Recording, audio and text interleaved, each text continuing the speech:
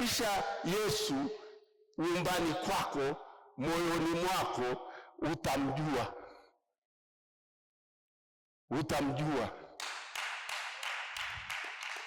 Lakini wewe ukipita tu kunjiani huku, alafu unaambiwa imepanda, Yesu yupo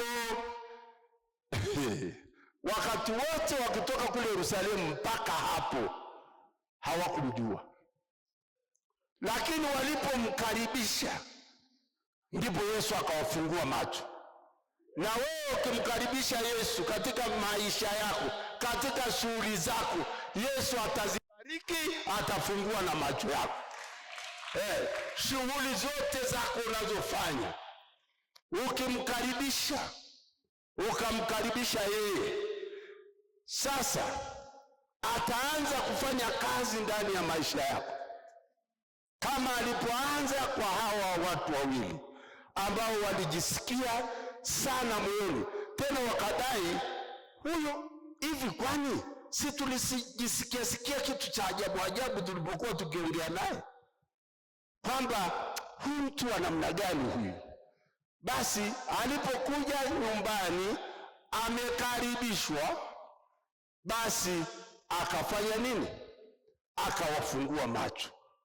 Jamani, tunapomkaribisha Yesu atatufungua macho kwenye biashara zetu, atatufungua macho katika elimu zetu, atatufungua macho katika familia zetu.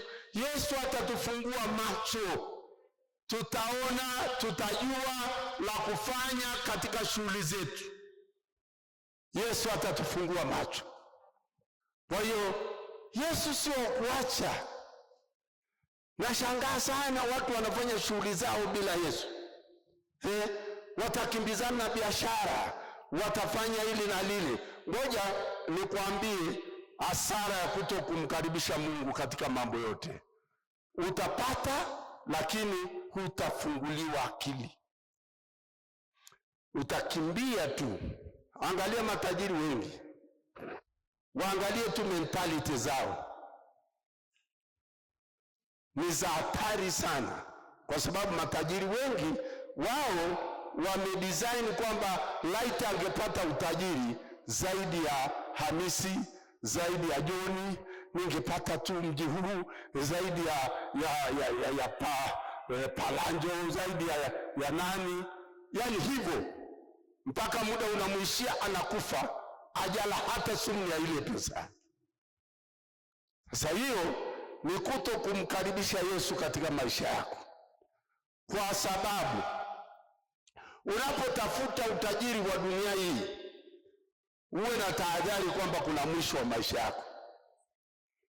Lolote unalofanya ujue kwamba kuna mwisho wa maisha yako.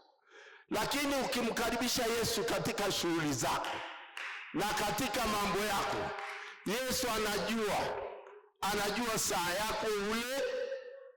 Angalia, aliwagawia wale mkate, akaubariki, ukawa baraka hata kwa afya zao, hata kwa ulinzi wao, hata kwa ufahamu wao. Kila ambacho Yesu amekibariki kitakubariki na wewe.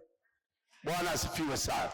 Kwa hiyo ndugu zangu, tusimwache Yesu katika shughuli zetu zote, tumweke mbele, maana yeye atatusaidia. Kwanza atatupa mali za kiasi kama Sulemani alivyoomba, ambazo hazitatusumbua maisha yetu. Na pia katika baraka hizo Mungu atakazotupa tutazila.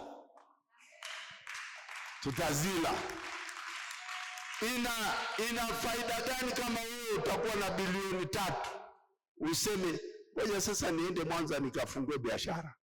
Umekula. Ukifika Mwanza zile hela zinajenga ghorofa 4. Unasema lakini nimesikia Dar es Salaam kuna biashara sana. Unaacha ya Mwanza, unaacha ya Arusha, unaenda Dar es Salaam. Siku zinaenda za maisha yako, hazikungoji.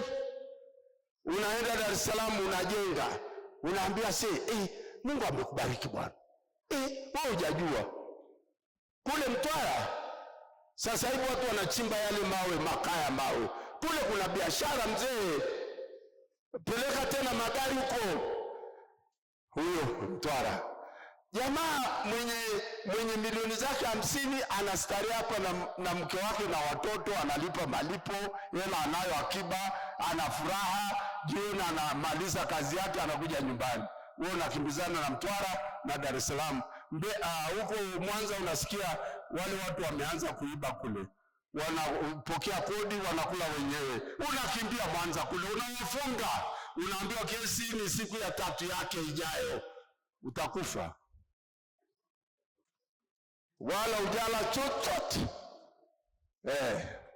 Sasa ndugu zangu, hapa ni mahesabu kwamba Mungu nipe kiasi nifurahie maisha. Unaona? Alafu nile na mke wangu na watoto, alafu pia niwe na nyumba yangu ya kulala, alafu pia nivae kasuti kama hapa, nipate heshima nikienda huku kwa waheshimiwa wengine.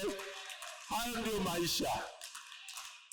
Nasikia ndugu zangu, hayo ndio. Acheni hizo magorofa wa jamaa wanajenga huko, waambie Mungu awabariki tu. Endeleeni tu. Endeleeni tu. Huku tunaendelea na Bwana huku, na tunamfurahia Bwana.